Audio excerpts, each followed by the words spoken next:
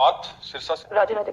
राधे राधे। मुझे गुरुदेव आपकी और श्री जी की कृपा से नाम जप का प्रयास करता हूँ और आशा यही है कि श्री जी के चरणों में अनंत प्रेम हो जाए। मेरी आयु 13 वर्ष की है। मेरी नवकिशोर अवस्था प्रारंभ हो गई है। आपके सत्संग के द्वारा मुझे ब्रह्मचर्य की अहमियत के बारे में पता लगा है। श्री जी की कृपा से अभी तक मैंने कोई कुचेष्टा नहीं की है, परंतु सांसारिक पढ़ाई एवं सांसारिकता में रहने के कारण कुछ गलत बातें कान में पड़ जाती हैं और जाने अनजाने में गलत विचार दिमाग में आ जाते हैं, जिनपे मैं कभी कभी रुचि भी ले लेता हूँ। मुझे उसके बाद जलन होती है। कृपया मुझे मार्गदर्शन करें। बहुत धन्यवाद है कि आप इस प्राथमिक जीवन की अवस्था को संभालने की चेष्टा कर रहे हैं। बस इतना है कि गंदे बच्चों से बचिए। अभी खास जो बचने का उपाय है कि जो बच्चे तुम्हें गंदी बात सिखाएं, गंदी बात सुनाएं, गंदी क्रियाओं की तरफ प्रेरित करें, उनसे दूरी बना लीजिए। जो ऐसा नहीं कि सब गंदे बच्चे होते हैं, जो बच्चे अच्छे हैं उनका संग कीजिए, नहीं तो अलग रहना सीखे।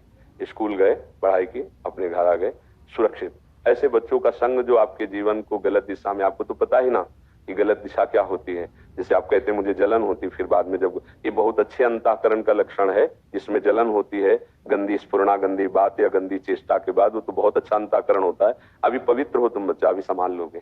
बस किसी भी तरह अपनी इंद्रियों को छूट ना दे, किसी भी तरह मोबाइल आदि का संग ना करे। मोबाइल रखते हो पास? मोबाइल में, लैपटॉप है।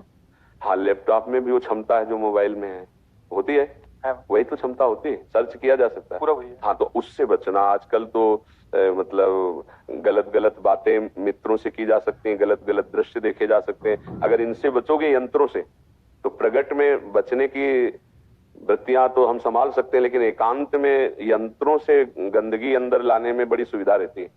क्योंकि प्रगट में तो जैसे 4 बच्चे भी देखते हैं ऐसा, और एकांत कमरे में बैठ करके मान लो हम कह दिया हम पढ़ाई पढ़ रहे हैं, उसके बाद गंदी बातें सर्च करके देखने में मन को रुचि होती है। इस अवस्था में गंदी गंदी बातें, इनके लिए उत्साह होता है, संसारिकता की जानने की विशेष एक जिज्ञासा होती है। तो ये तो आपके ऊपर कृपा है कि आप अध्यात्म के जिज्ञासु बन रहे हो। तो ये बातें लैपटॉप से ना आने पाए, गंदे संग ना होने पाए, और धीरे धीरे जितना बन सके नाम जप करो, और कभी कभी 10-20 मिनट सत्संग सुन लिया करो, और अपनी पढ़ाई को भजन मानो।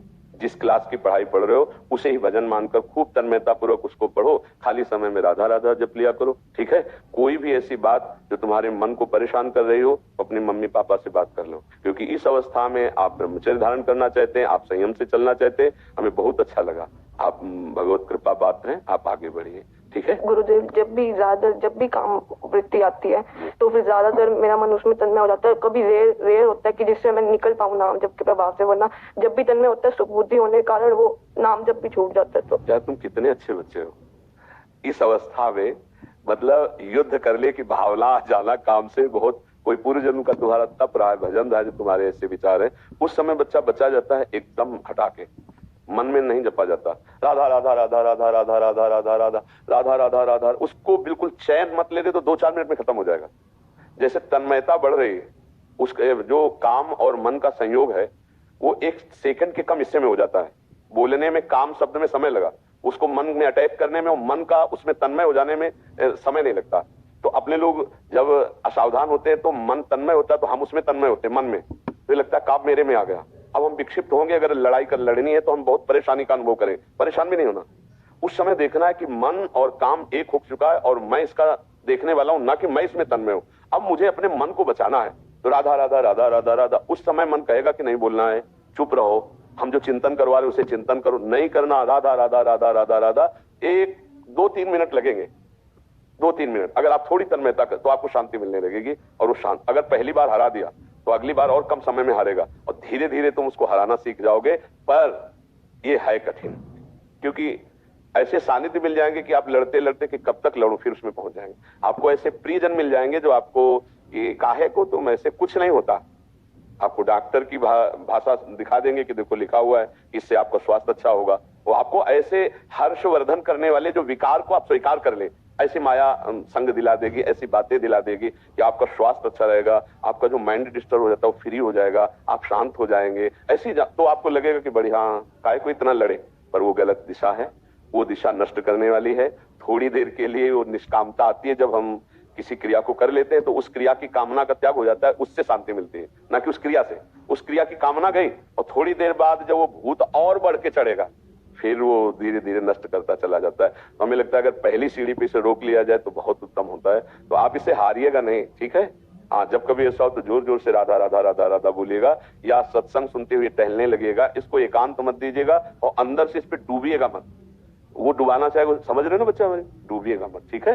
गुरुदेव वैसे तो अभी आपने बताया वो कर लूंगा, पर पूर्व में कई बार नेत्रों का ब्रह्मचर्य ही नहीं हुआ, मतलब नेत्रों। इससे कोई बात नहीं, एक बार दृष्टि कहीं चली जाए तो उसको ऐसे कर, एक बार नहीं, वो लैपटॉप पे मैंने। हाँ देखो, वही दोस्त कह रहे हैं, वो तो बाहरी से बचत हो जाएगी, लेकिन उससे बड़ी हानि हो जाएगी। तो ये चीज, अच्छा उसमें क्या है कि एक बच्चे ने हमें बताया कि उसमें ऐसे भी बातचीत की जा सकती है, अब उसको वीडियो चैट आदि से। हाँ हाँ हाँ, तो आपको ऐसे गंदे बच्चे मिल जाएंगे, ऐसे गंदे संग मिल जाएंगे जो आपको बिल्कुल वर्तमान, मान लो आप अकेले कमरे में बैठे हो तो आपको जैसे आपके ही कमरे में बैठा हो आपसे बातचीत कर रहा हो, ऐसा हमको बच्चे ने बताया कि इससे ज्यादा हम लोग नष्ट हो रहे हैं।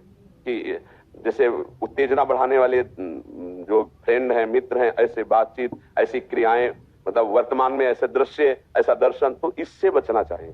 तो हमें लगता है कि देखो वही बात, कमजोरी आ गई ना, अगर आप इसको सपोर्ट नहीं करेंगे तो इतना परेशान नहीं कर सकता। ध्यान रखना, अगर आप परेशान है तो कहीं ना कहीं सपोर्ट मिल रहा है उसको, कोई है आपसे जो ऐसा कराने के लिए विवश कर रहा है। अब वो चाहे कोई दृश्य हो या कोई मित्र हो या कोई बात हो, कोई ना कोई अगर सपोर्ट इसका ना हो तो फिर इस पर विजय प्राप्त है। इसीलिए इसके सपोर्ट को काटना चाहिए।